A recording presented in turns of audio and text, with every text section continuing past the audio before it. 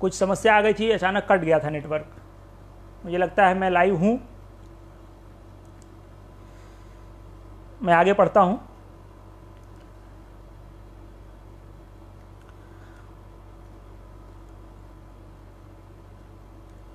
गूंजती है ज़ेहन में सत्य प्रकाश सर की आवाज़, गूंजती है ज़ेहन में सत्य प्रकाश सर की आवाज़, गूंजती है ज़ेहन में सत्य प्रकाश सर की आवाज़। आज भी मन ही मन राजेंद्र सर पे मुझको नाज, गूंजती है ज़ेहन में सत्य प्रकाश सर की आवाज़।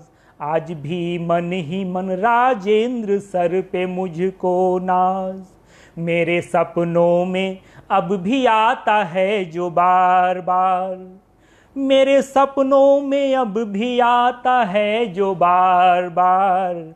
इलाहाबाद की यूनिवर्सिटी का हिंदी विभाग, मेरे सपनों में अब भी आता है जो बार बार।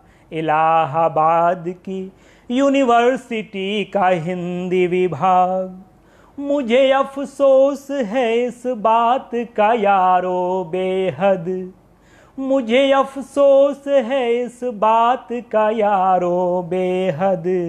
क्यों न कुछ और साल मैंने यहाँ किए बर्बाद, मेरी यादों में है इलाहाबाद, मेरी यादों में है इलाहाबाद। अब एक हिस्सा है, एक हमारे मित्र हैं रितेश मिश्रा, इलाहाबादी आदमी हैं, पत्रकार हैं, छत्तीसगढ़ में रहकर पत्रकारिता करते हैं। तो उनके फेसबुक फिक्शन के एक किरदार हैं बम्बाज, चचा बम्बाज। तो एक बंद उनके लिए ये समर्पित है। चचा बम्बाज यहीं पर कहीं रुक जाते हैं, चचा बम्बाज यहीं पर कहीं रुक जाते हैं। लौंडे हंसते हैं और सयान मुस्कियाते हैं, चचा बम्बाज यहीं पर कहीं रुक जाते हैं। लौंडे हंसते हैं और सयान मुस्कियाते हैं। दोस्ती दुश्मनी दोनों ही एक साथ यहाँ, दोस्ती दुश्मनी दोनों ही एक साथ यहाँ। दोस्त मिलते हैं तो दिल खोल के गरियाते हैं, दोस्ती दुश्मनी दोनों ही एक साथ यहाँ। दोस्त मिलते हैं तो दिल खोल के गरियाते हैं। बात कैसी भी कोई भी कभी कह सकता है, बात कैसी भी कोई भी कभी कह सकता है। बात कैसी भी कोई भी कभी कह सकता है। बकैतियों पे मुस्कुराता है इलाहाबाद, बकैतियों पे मुस्कुराता है इलाहाबाद। मेरी यादों में है इलाहाबाद। और इलाहाबाद की बोलचाल की भाषा में 4 पंक्तियों से इस नज़्म को ख़त्म करने की इजाज़त चाहूँगा। कहाँ चलबो कहाँ जाबो चलो बैठो में तुम, कहाँ जाबो कहाँ चलबो चलो बैठो में तुम का छोड़ित है निरंजन से सीधा खुलदाबाद। कहाँ जाबो कहाँ चलबो चलो बैठो में तुम का छोड़ित है निरंजन से सीधा खुलदाबाद। और देख ले बोगा मैं तुम हूँ हमार ठाठ बाट, देख ले बोगा मैं तुम हूँ हमार ठाठ बाट। देख ले बोगा मैं तुम हूँ हमार ठाठ बाट। जी का भवकाल है बसु का है इलाहाबाद, जी का भवकाल है बसु का है इलाहाबाद। मेरी यादों में है इलाहाबाद, मेरी यादों में है इलाहाबाद। तो ये इलाहाबाद की नज़्म थी। अब एक और नज़्म जो मैंने सोची है सुनाने के लिए आपको, वो इलाहाबाद से मैं 2006 के मध्य में चला गया जबलपुर नौकरी करने के लिए। तो वहाँ पर जो एक नया सेटअप, एक नई व्यवस्था, एक बिल्कुल अनभ्यस्त व्यवस्था, और एक व्यक्ति जो विश्वविद्यालय से, छात्र राजनीति से और बड़ी सामाजिक परिवेश से निकल करके जाए, तो ये जो भारत में सरकारी नौकरियां हैं वहाँ पर बिल्कुल ही उसके लिए कोई मतलब सांस लेने की भी जगह नहीं है। तो ऐसी परिस्थितियों में अपनी सामाजिकता को बचाए रखने के लिए अपने पिछले समय को याद करते हुए एक नज़्म उन्हीं दिनों जबलपुर में जाकर शुरू में ही ये मैंने लिखी थी, वो मैं प्रस्तुत कर रहा हूँ। इसका भी एक ये है कि उन दिनों फ़ोन, ये जो मोबाइल फ़ोन और ये व्हाट्सएप, ये चीज़ें नहीं थी, और चिट्ठी बहुत लिखी जाती थी। हर मामले पर चिट्ठी हम लोग लिखा करते थे, और ये बहुत सामान्य बात थी चिट्ठी लिखना। तो इस नज़्म का इसीलिए शीर्षक है चिट्ठी लिखने की आदत। खूब चिट्ठियाँ हम लोग लिखा करते थे। तो ये एक जब नौकरी का जो एकांत था, बिल्कुल असामाजिक परिवेश, हालांकि बाद में वहाँ भी सामाजिकता बनी धीरे धीरे, लेकिन जो शुरुआती महीने थे उन महीनों का एक अनुभव इस नज़्म में आपको मिलेगा। चिट्ठी लिखने की मेरी आदत है, चिट्ठी लिखने की मेरी आदत है, और यह बहुत बुरी आदत है। चिट्ठी लिखने की मेरी आदत है, और यह बहुत बुरी आदत है। प्रेमी पड़ते हैं इसी पचड़े में, फिर घिसटते हैं किसी लफड़े में। गो कि हूँ मैं भी एक प्रेमी ही, बच के रहता हूँ सारे लफड़ों से, इश्कबाजी के साझे झगड़ों से। आज एक चिट्ठी मैंने लिखी है, पोस्ट करने के लिए रखी है। इसमें बातें हैं कुछ शरारत की, बदन तपने की कुछ हरारत की। थोड़े आंसू भी उसमें बिखरे हैं, और कुछ बेवजह के नखरे हैं। चिट्ठी नाराजगी की बाबत है, आने वाली ही मेरी शामत है। हाय मजबूर हूँ करूँ क्या मैं, चिट्ठी लिखने की मेरी आदत है। नया नहीं है कुछ भी चिट्ठी में, नया नहीं है कुछ भी चिट्ठी में, तपा हुआ है सारा भट्ठी में।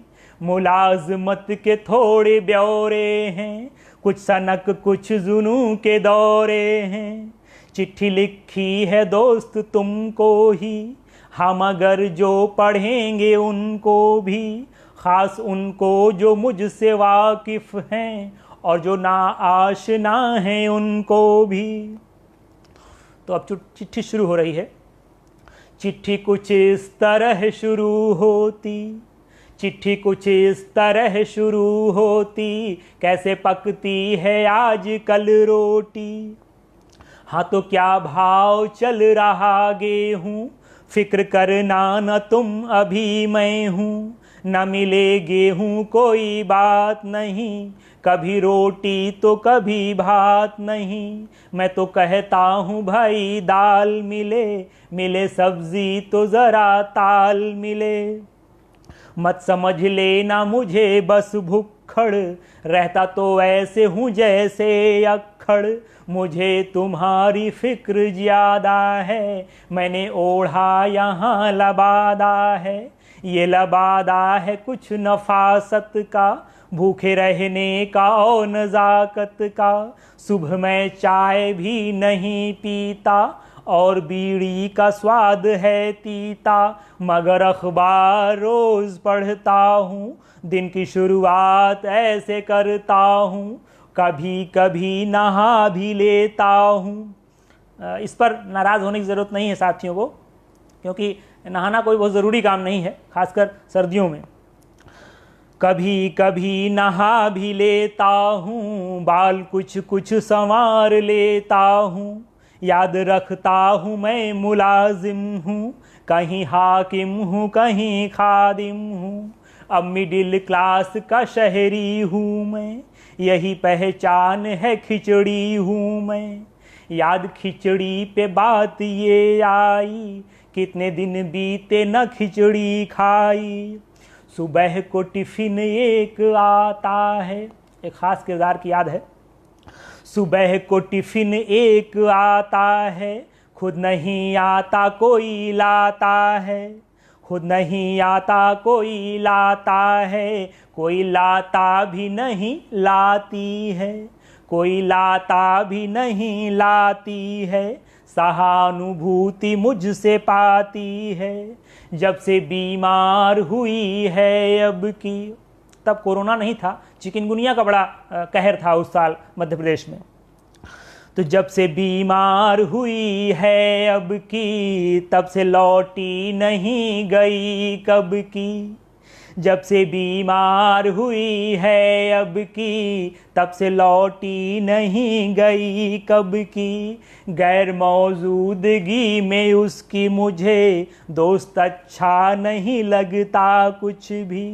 नाम उसका है पल्लवी पिल्ले, नाम उसका है पल्लवी पिल्ले, हर समय चेहरे पे हंसी खेले, उसको खांसी जुकाम गहरा है, चिकनगुनिया का अब तो खतरा है, मगर वो मर्ज से नहीं डरती, कोई परहेज भी नहीं करती, टिफिन में देती है सब्जी रोटी, रोटियां अब नहीं होती मोटी, समझती है वो नफासत को भी, खाने वाले की नज़ाकत को भी, सलामती को उसकी क्या कर दूं, सलामती को उसकी क्या कर दूं, मैं तो माँ को भी निछावर कर दूं, सलामती को उसकी क्या कर दूं, मैं तो माँ को भी निछावर कर दूं,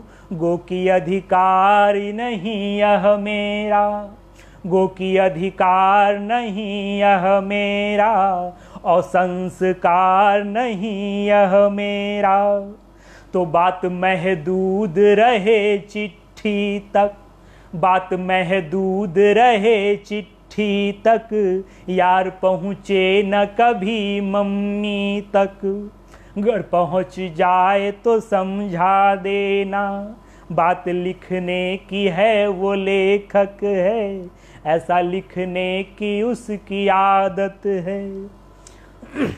अब एक वाकया आता है। एक दिन हो गया साथी झगड़ा, एक दिन हो, सलाम, आपका सलाम जरूर पहुँचे पल्लवी पिल्ले तक, दुर्गा सर। एक दिन हो गया साथी झगड़ा, अपने दफ्तर में ही हुआ लफड़ा, काम की जगह फिर मैदान हुई, मेरी जुबान भी शैतान हुई, वो थी बेचारे अफसरों की जमात, लगा खाएगी हमसे कई लात, तो मैं अकेला ही नहीं था साथी, अब तो ग्रुप बन गया था एक अपना, जिसको प्यारा था कुछ ज़मीर अपना, हर कोई समझ रहा था मसला, बेवजह नहीं हुआ था हमला, बल्कि मजबूर थे हमले को हम दुरुस्त करने को, अमले को हम, तो हम ज़रा बेवकूफ़ भी ठहरे। अनुभवहीनता के चलते, जो सिस्टम के बारे में अनुभव ना हो तो उसके चलते वैसा हो जाता है कि हम ज़रा बेवकूफ़ भी ठहरे, बैठ पाते नहीं कभी गहरे, तो अमला सुधरा नहीं न हम सुधरे, अफसरों ने बढ़ा दिए पहरे, काम चोरी का चलन अच्छा है, जो ना करे वो यहाँ बच्चा है, इस तरह हम भी काम चोर हुए, इस तरह दोस्त अपने और हुए, तो मिलके गरियाते हैं अब अफसर को, खाला का घर समझते दफ्तर को। ये बताने की कोई बात नहीं, मुलाजमों की कोई जात नहीं, पर मेरी जात जानते हो तुम, झगड़े की बात जानते हो तुमसे चिट्ठी में भी छुपाना क्या, सच बयानी में भी बहाना क्या। तो सच तो ये है कि रोता हूँ मैं, तो सच तो ये है कि रोता हूँ मैं, कमीज अपनी भिगोता हूँ मैं। रोने की वजह कोई ख़ास नहीं, अंधेरा मन में है उजास नहीं, और कमरे में भी अंधेरा है, अकेलेपन का एक घेरा है। ये घेरा तोड़ना ज़रा मुश्किल, अब इतना भी नहीं हूँ जिंदा दिल, रोके चुप होता हूँ अकेले ही, मज़े में होता हूँ अकेले ही। तलाश दोस्तों की जारी है, यहीं पे जिंदगी बेचारी है। तुम कहो क्या लिखा पढ़ा तुमने, इन दिनों क्या नया गढ़ा तुमने। रस्ते गढ़ते रहो और बढ़ते रहो, अपने ढंग से समय से लड़ते रहो। मैं तो लिखता हूँ माहवार मित्र, खुद को पाता कसूरवार मित्र, खींचता अब नहीं कम लिखने पर, जोर देता न कलम घिसने पर। कभी कभार टीपता कविता, सड़क बुहार लीपता कविता, तौलिए की तरह लपेट उसे, संभाल कर उसे समेट उसे। बांध लेता हूँ अपने सीने पर, खड़ा हो जाता जाके जीने पर, फिर भी कोई उसे नहीं पढ़ता, मेरी भी टूटती नहीं जड़ता। नए सिरे से उसे लिखता हूँ, सोच कर यह कि अब पढ़ेंगे सब, अर्थ कुछ कुछ नए गढ़ेंगे सब। मगर नहीं पढ़ी गई तब भी, वो कंवारी रही तब भी अब भी। तुम ही कहो न क्यों लिखूं उसको, जबकि मैं लिख रहा हूँ खत तुमको। तो समझो कविता है ये चिट्ठी नहीं, तो समझो कविता है ये चिट्ठी नहीं, कुछ बनी चीज़ कच्ची मिट्टी नहीं। बनी न भी हो कोई बात नहीं, कुछ बनाने की मुझे याद नहीं। लिखने विखने की जो भी आदत है, ये बुद्धिजीवियों की आदत है। मुझे समझो न वैसा कुछ भी तुम, चिट्ठी तो दोस्ती की बाबत है। दोस्ती गर न हो तो ये समझो, चिट्ठी लिखने की मेरी आदत है।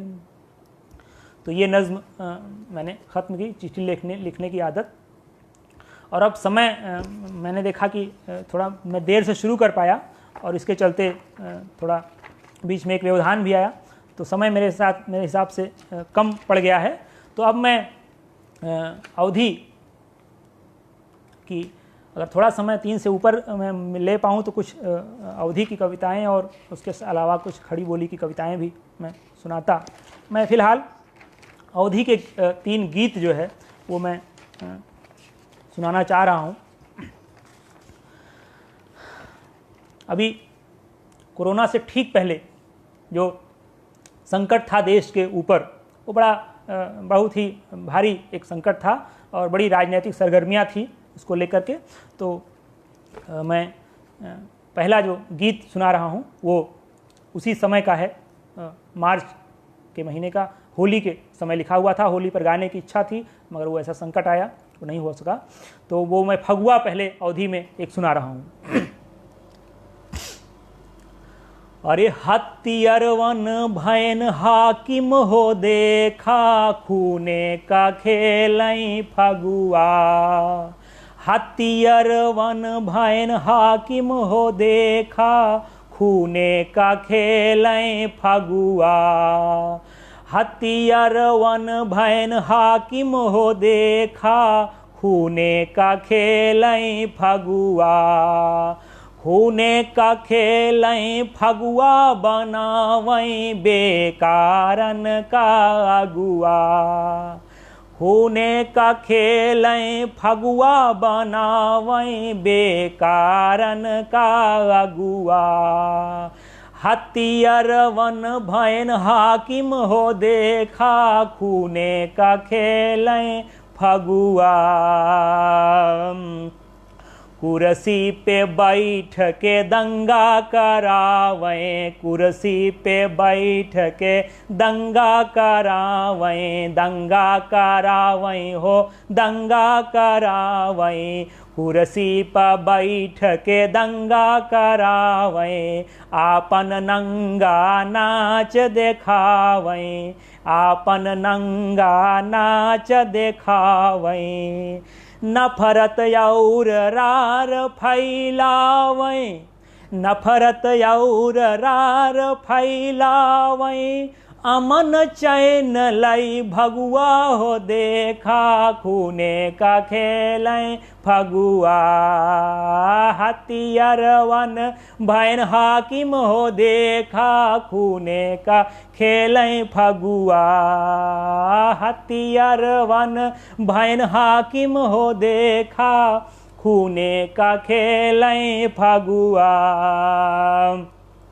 अरे अड़बंगा कानून बनावें, अड़बंगा कानून बनावें। धर्म धर्म माँ भेद बतावें। जब सीए बना तो उसमें धर्म के आधार पर नागरिकता तय होने की बात आई, उसी पर ये पंक्ति है। अड़बंगा कानून बनावें, धर्म धर्म माँ भेद बतावें। जनता का आपस में लड़ावें, जनता का आपस में लड़ावें। ए विनाश के बबुआ हो देखा, खूने का खेलें फगुआ। हथियार वन भैन हाकिम हो देखा, खूने का खेलें फगुआ। हथियार वन भैन हाकिम हो देखा, खूने का खेलें फगुआ। अरे देश का दुश्मन जात का दुश्मन, देश का दुश्मन जात का दुश्मन। मनई कै मर जात का दुश्मन, देश का दुश्मन जात का दुश्मन। मनई कै मर जात का दुश्मन। माई का दुश्मन बाप का दुश्मन, माई का दुश्मन बाप का दुश्मन। ये अपने माँ बाप के भी दुश्मन हैं। माई का दुश्मन बाप का दुश्मन, माई का दुश्मन बाप का दुश्मन। चोरकट चंगुआ मंगुआ हो देखा, खूने का खेलें फगुआ। हथियार वन भैन हाकिम हो देखा, खूने का खेलें फगुआ। त एनसी देश समाज बचावा, एनसी देश समाज बचावा। एनआरसी सीएए हटावा, एनसी देश समाज बचावा। एनआरसी सीएए हटावा। घर दुआर संविधान बचावा, घर दुआर संविधान बचावा। अपन काल्हि आवाज बचावा, अपन काल्हि आवाज बचावा। अरे हिंदुस्तान के मिजाज बचावा, हिंदुस्तान के मिजाज बचावा। रोकाई खूने का फगुआ हो साथी, रोकाई खूने का फगुआ, रोकाई खूने का फगुआ हो साथी, रोकाई खूने का फगुआ। हथियार वन भैन हाकिम हो देखा, खूने का खेल फगुआ। हथियार वन भैन हाकिम हो देखा, खूने का खेल फगुआ। तो ये फगुआ था। दो और गीत हैं। मैं समझता हूँ कि इसके बाद फागुन के बाद चैत, तो एक चैती सुना देता हूँ, अपेक्षाकृत कम जोर भी पड़ेगा गले पर।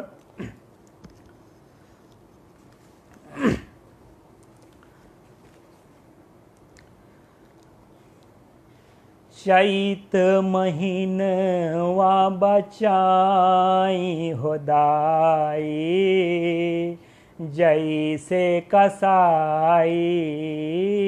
चैत महीनवा बचाई हो दाई, जैसे कसाई।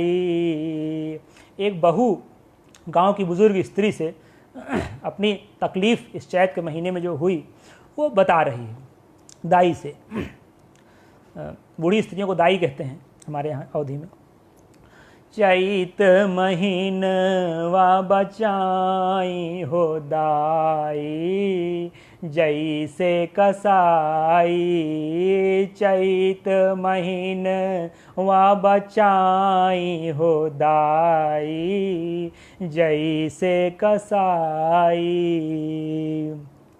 कभो जरे भूई कभो ओला गिरत बा, कभो जरे भूई कभो ओला गिरत बा।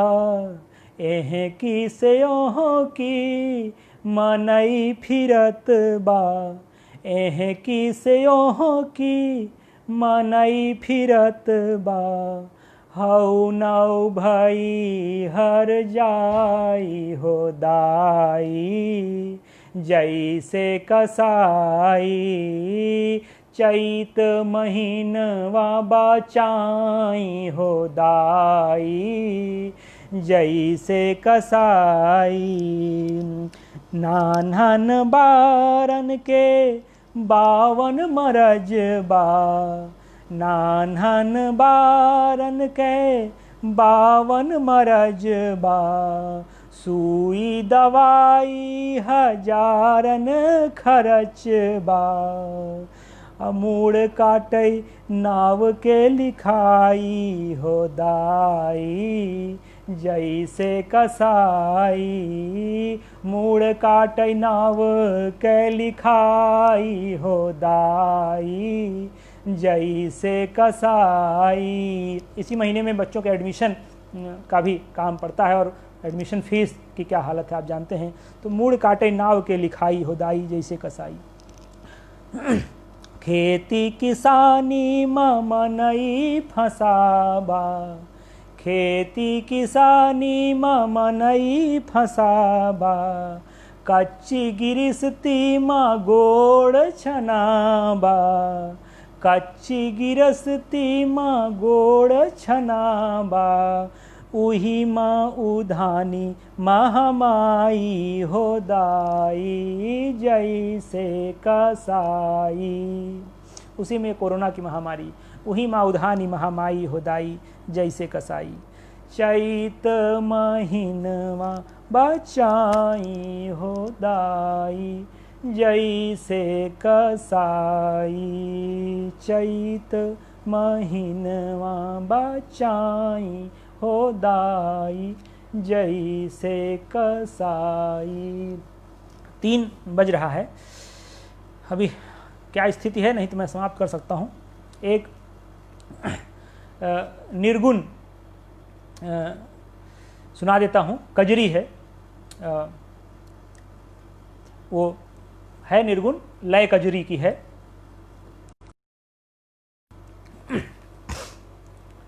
अरे रामा ही चत लसुरी, फूटी जाई गगरी है गोइया। अरे रामा ही चत लसुरी फूटी जाई गगरी है गोइया। अरे रामा ही चत लसुरी फूटी जाई गगरी है गोइया। जियरा पियासा माई का सुमिरई। अरे रामा। हाँ, प्रेम शंकर जी कह रहे हैं अपनी पसंद की कोई कविता जरूर सुनाइए। बिल्कुल मैं सुनाऊंगा। कजरी ये ख़त्म करके मैं सुनाता हूँ। पियवा नौकरिया छोड़ाएस डेहरिया, सखिया सहेलिया छूटिन रामा। पियवा नौकरिया छोड़ाएस डेहरिया, सखिया सहेलिया छूटिन रामा। अरे रामा घूमत नगरी नगरी छूटी जाई ठठरी है गोइया। अरे रामा ही चत लसुरी बतिया बिसरी सब खेलत कजरी, निहुरी निहुरी फिरी ढूरत रामा। अरे रामा खेलत खेलत कजरी लूटी जाई कोठरी है गोइया। अरे रामा ही चत लसुरी फूटी जाई गगरी है गोइया। तड़पत जियरा सड़किया गोरई, हेरई बगिया खेतरिया रामा। अरे रामा हेरत नदिया पोखरी रूठी जाई मछरी है गोइया। अरे रामा ही चत लसुरी फूटी जाई गगरी है गोइया। तो ये अवधि के कुछ लोकगीत हो गए। समय मैंने जो मुझे दिया गया है वो ख़त्म हो गया है, तो अनुशासन को मैं ऊपर रखता हूँ। लेकिन अभी प्रेम शंकर जी ने कहा कि ख़त्म करते हुए अपनी पसंद की कोई कविता सुना दीजिएगा। अभी कई कविताएं मैंने छांट कर रखी थी, लेकिन अब मैं समझता हूँ कि 2 कविताओं से मुझे समाप्त कर देना चाहिए। तो एक तो जो मैंने शुरू में कहा था कि सपने में दलईपुर की एक हिस्सा है, वो हम पढ़ेंगे, तो वो मैं पढ़ूंगा। लेकिन उसके पहले अभी 2018 के अंत में मेरे बचपन के दोस्त, मेरे फूफा थे, उनकी मृत्यु हो गई। तो उनको याद करते हुए आज मुझे था कि मैं उन्हें भी याद करूंगा। तो एक कविता है, मैं वो पढ़ने की इजाज़त चाह रहा हूँ, और फिर मैं दलईपुर के एक अंश से ख़त्म करूंगा इस काव्य पाठ को। फूफा मेरे आदि सखा। मैं फूफा का बाल सखा था और फूफा मेरे। फूफा मेरा छोड़ा खाना खा लेते थे, मैं फूफा की छोड़ी बीड़ी पी लेता था। फूफा मेरा छोड़ा खाना खा लेते थे, मैं फूफा की छोड़ी बीड़ी पी लेता था। भीतर की भावनाओं के अमीर हम दोनों, बाहर की जिंदगी के रूखेपन के चलते सूख रहे मन को जरा हरा कर लेते थे मिलने पर। कई सालों से मैं बाबूपट्टी नहीं गया, फूफा बला बंबई कैसे आते। फूफा की आंखें मेरी देखी दुनिया की सबसे लाल आंखें थी। फूफा की आंखें मेरी देखी दुनिया की सबसे लाल आंखें थी। मुझे उन आंखों का दोस्त होने का बहुत गुमान था बचपन में। ऐसा गुमान कि मैं खुद को शेर के साथ पिंजड़े में खड़ा रिंग मास्टर समझता था उन दिनों, जब फूफा की लाल लाल आंखों तले उनकी गोद में बैठ शास्त्रार्थ किया करता था। फूफा की शिक्षा की हालत वैसी ही थी जैसी बाबूपट्टी की हरिवंश राय बच्चन लाइब्रेरी की है, मगर फूफा ही थे जिन्होंने हमें ज़िंदगी में इकलौती बार दिखाई थी ब्रेल लिपि की छपाई। फूफा ने ही दिखाई थी बच्चन जी की चिट्ठियाँ, मधुबाला का एक दुर्लभ अधछपा संस्करण। फूफा ही लाए थे कई बार बड़की तेरस पर झरबैली बैर, और यह कहकर खिलाते थे हमें कि भूखे बैर अघाने गन्ना। शादी के बाद जब पिछली बार अपने सखा अपने फूफा से मिलने गए थे हम दोनों, तो दिन भर खा खा कर अघाए थे। फूफा ने तब भी यह वाक्य दोहराते हुए बंधवा दिया था गाड़ी के पीछे गन्ना। कई दिन चूहते रहे थे हम, हंसते रहे थे याद करते हुए फूफा फुफेली गुड़ के भेली। गन्ने की खेती करते थे फूफा। फूफा मेरे सखा गन्ने की तरह बाहर से रूखे और कड़े जीवन में जो मीठा रस था आपके, उसे हमने बड़ी मेहनत से चूसा चखा था। फूफा मेरे आदि सखा, आपसे भेंट की आखिरी याद है वह गन्ना जो आपने जबरन बंधवाया था। इधर मैं भी बहुत सूखता गया हूँ फूफा, ज़रा हरा होना चाहता था, पूरा हरा नहीं तो ज़रा गीला ही सही। आपकी मौत मेरे किसी रिश्तेदार की ही नहीं, यह मेरे बचपन के इकलौते दोस्त की मौत है। आपके जाने के बाद मेरे हरे होने की संभावना भी जाती रही है फूफा। आपके जाने के बाद मेरे हरे होने की संभावना भी जाती रही है फूफा। आप दोस्त थे, रहेंगे, अब कोई ख़तरा नहीं है हमारी दोस्ती के रिश्ते पर। कभी मिलेंगे तो मिलकर पिएंगे वह बीड़ी जो बची रह गई थी अधबुझी। हाँ, वही छोटी सी बीड़ी हम फिर पिएंगे फूफा, हम फिर भी पिएंगे फूफा। पंकज सर कुछ कह रहे हैं बीड़ी को लेकर। जी, अब मैं अंत कर रहा हूँ, अंतिम कविता का अंश यहाँ प्रस्तुत कर रहा हूँ। समय ज़्यादा हो गया है तो मैं एक अंश जो है सपने में दलईपुर कविता का मैं पढ़ रहा हूँ और उससे समाप्त करूँगा। और इसमें एक ख़ास किरदार हैं जिनसे मैं आपका तारुफ कराना चाह रहा था। जिन मित्रों ने संग्रह पढ़ा है वो वाकिफ़ होंगे। तो मैं बस सिर्फ वही हिस्सा जिसमें वो दीदी मेरी आती हैं मैं वो पढ़ता हूँ। बिट्टी ने पहनी नहीं साड़ी, चाहे नौकरी से निकाल दी गई या लड़की देखने आए लड़के द्वारा नकार दी गई।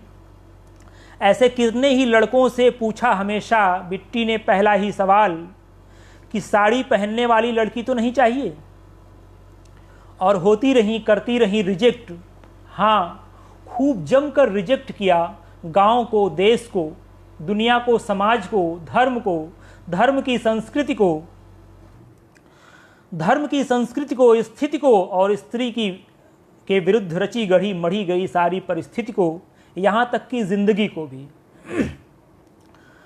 फिर से गढ़ी बिट्टी ने एक नई जिंदगी बनाई अपनी ही संस्कृति।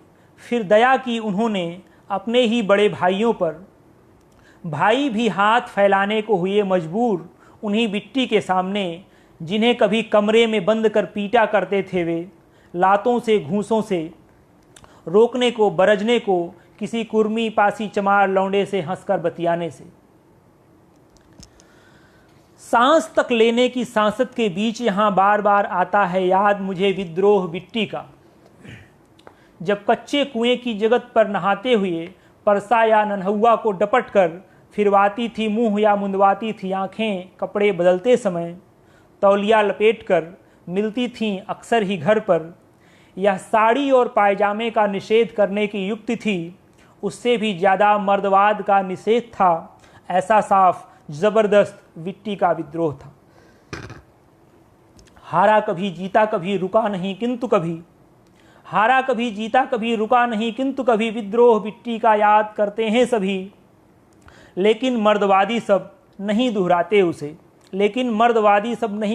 उसे, आंखें बचाते रहे बिट्टी से मर्द उस जमाने के सारे। उनमें शामिल थे मेरे पिता भी, और दलित नेता धनीराम से लेकर राम सुमेर के बेटे पितई तक पाते रहे खुद को असुरक्षित सड़क पर बिट्टी की मौजूदगी में। घंटी बजाकर साइड मारते आगे निकलने वाले मर्द आज नहीं तो कल आए ही बिट्टी की डंडहिया साइकिल की चपेट में। साइकिल की जिसमें मोटा सा मजबूत बमछड़ था, ज़बरदस्त भारी और चौड़ा सा कैरियर था, दोहरा स्टैंड और डंडेदार फ्रेम था। साइकिल की यह तफसील छोड़ नहीं सकता मैं सपने में, वैसे ही जैसे बिट्टी को दलईपुर में सपने की कविता में। साइकिल की तफसील लग सकती है अप्रत्याशित, मगर बिट्टी भी तो ऐसे ही रहीं अप्रत्याशित दलईपुर में। एक पूरी मर्दाना साइकिल पर 20 साल की युवती का चलना गढ़ता रहा दलईपुर से लेकर कस्बे सुराओं तक की आंखों में। बिना डंडे वाली लेडीज साइकिल के प्रस्ताव भी आए, मगर लौट गए सब बैरंग, ठुकराए गए जब बिट्टी से, वैसे ही जैसे गए थे दिखवार सभी।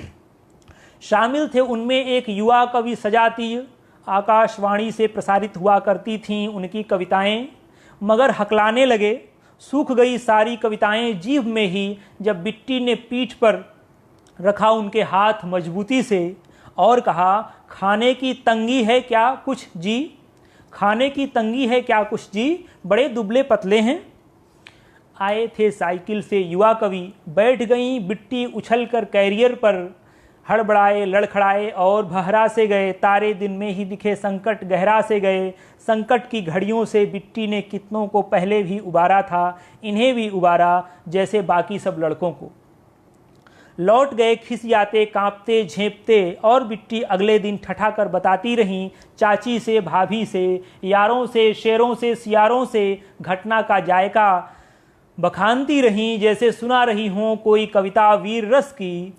रस लेकर सुनते भी रहे उनकी बात सभी, खास कर यार, शेर हों या सियार, लोहा तो मानना ही पड़ा उन्हें बिट्टी की हिम्मत का, लड़की की मर्दानी हरकत का। हाँ, उनके यारों में हमेशा ही रह आए पिछड़े, दलित, कम पढ़े लिखे या फिर निरक्षर जन, ऐसे जो उनको चराने की कोशिश न करें, चराते रहें निर्विघ्न अपनी भैंसों बकरियों को, और दौड़ आएं पुकार एक सुनकर, हाँक दें हई चाहवे भैंसे को खलिहान से, कच्चे कुएं में गिरे सांप को निकाल दें, मिलकर खींचें जोर कुएं की रस्सी का, अपनी बारी पर बराबर चलाएं हाथ, झूले के पटरे पर पेंग दें बराबर से, मन करे बिट्टी का जब तो डेढ़हिया भी दें, साथ दें उठान में साथ उतरैया में, साथ दें उठान में साथ उतरैया में, हो चाहे धरती पर या कि रमे सपनों में।